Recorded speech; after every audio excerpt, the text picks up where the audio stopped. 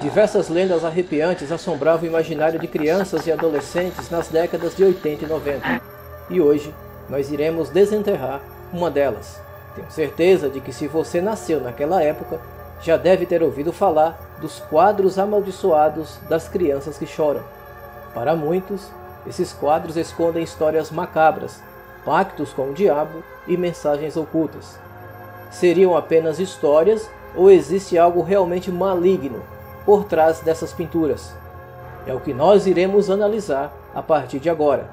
Esse é o canal Curiosidades e Fatos e você é muito bem-vindo.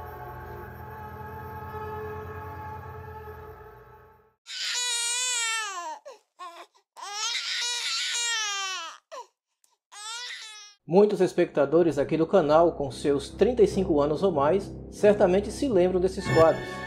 Geralmente eram vistos em casas de parentes, vizinhos ou pessoas mais idosas. Na época, acreditava-se que esses quadros eram ligados ao satanismo, através de um pacto feito pelo próprio pintor. Para entendermos melhor a história, vamos voltar ao ano de 1911, ano de nascimento do pintor italiano Bruno Amadio. Bruno era um pintor com formação acadêmica, cujo local de nascimento, paternidade e onde passou a infância são totalmente desconhecidos, o que aumenta ainda mais boa parte do mistério.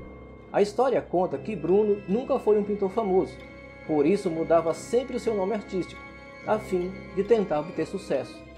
Dessa vez, ele mudou seu nome para Giovanni Bragolin. Reza a lenda que, cansado dos repetidos fracassos, Bragolin decidiu fazer um pacto com o diabo, a fim de obter riqueza e fama. Muito esperto, ele não ofereceu a sua própria alma, mas sim as almas das crianças que eram aprisionadas nos quadros. A partir daí, nasceu a coleção de 27 quadros chamados de Crying Boys, ou Crianças Chorando. A obra retratava imagens de crianças chorando, com feições de pavor e sofrimento. Para piorar, ele teria pintado o próprio filho em um dos quadros, e para fazê-lo chorar, ele acendia fósforos próximo ao rosto da criança, que tinha pavor de fogo. Devido ao baixo valor, mais de 1 milhão de quadros foram vendidos em todo o mundo. Em uma outra versão, diz que, devido à guerra, Bragolin teria fugido para a Espanha e usado as crianças de um orfanato que posteriormente teria pegado fogo.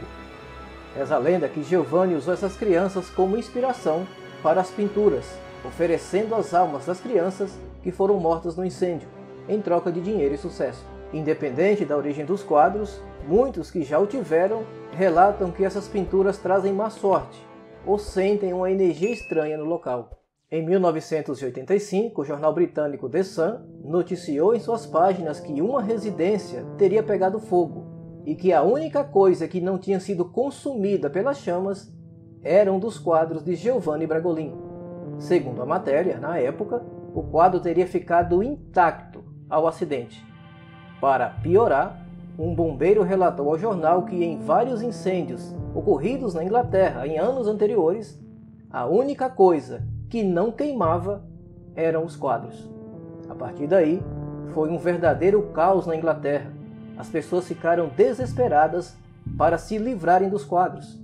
O jornal então organizou uma enorme fogueira e as pessoas começaram a levar os seus quadros para serem queimados. E dessa vez, todos os quadros foram reduzidos a cinzas. Nenhum se salvou. A história dos quadros chegou até o Brasil, e aqui foi observado que, além do medo e agonia no rosto das crianças, havia também mensagens subliminares escondidas nas telas. Por exemplo, nessa imagem, ao virar o quadro de cabeça para baixo, é possível ver algo parecido com uma mão estrangulando a criança. Já nessa outra imagem, muitos dizem que existe um rosto desenhado no plano de fundo, algo parecido com um rosto demoníaco. Esse garoto teria sido decapitado. Depois sua cabeça teria sido colocada em cima do corpo novamente, por isso seu pescoço não aparece. Virando o quadro na horizontal, muitos enxergam uma espécie de monstro devorando a criança. Já nessa imagem, muitos dizem que a garota está morta e teve o seu braço arrancado. A manta vermelha seria na verdade o sangue escorrendo, e o braço que está sobre ela seria o seu algoz, que está carregando o seu corpo. Já nessa outra imagem, o rosto do garoto e a boca estão inchados, como se ele tivesse apanhado. Além dessas que mostramos, muitos dizem que existem várias outras mensagens subliminares escondidas nos quadros e todas elas são bem perturbadoras. Até mesmo a morte do artista é cercada de mistério. Diz a lenda que ele teria morrido durante um grande incêndio ocorrido em sua casa. E adivinhem, os quadros não foram danificados.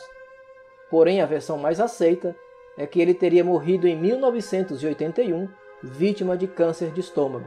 Diz a lenda que antes de morrer, Giovanni Bragolin, arrependido do mal que tinha feito, apareceu em vários programas de TV, incluindo o Fantástico, implorando para que as pessoas que tinham comprado o seu quadro os queimasse, pois eles eram mesmo amaldiçoados. Porém, não existem fontes confiáveis que comprovem que essas entrevistas realmente aconteceram. No programa Fantástico, não existem informações que mostrem que Bragolin concedeu entrevista ao programa. Muitos afirmam que isso não passa apenas de lendas. Os quadros não teriam pegado fogo devido à alta densidade do compensado, no qual eram pintados, e ainda existia na época a grande rivalidade entre os jornais The Sun e o Daily Mirror. Sem internet, matérias sensacionalistas eram uma ótima arma de publicidade, e a lenda dos quadros amaldiçoados caiu como luva para atrair a atenção do público.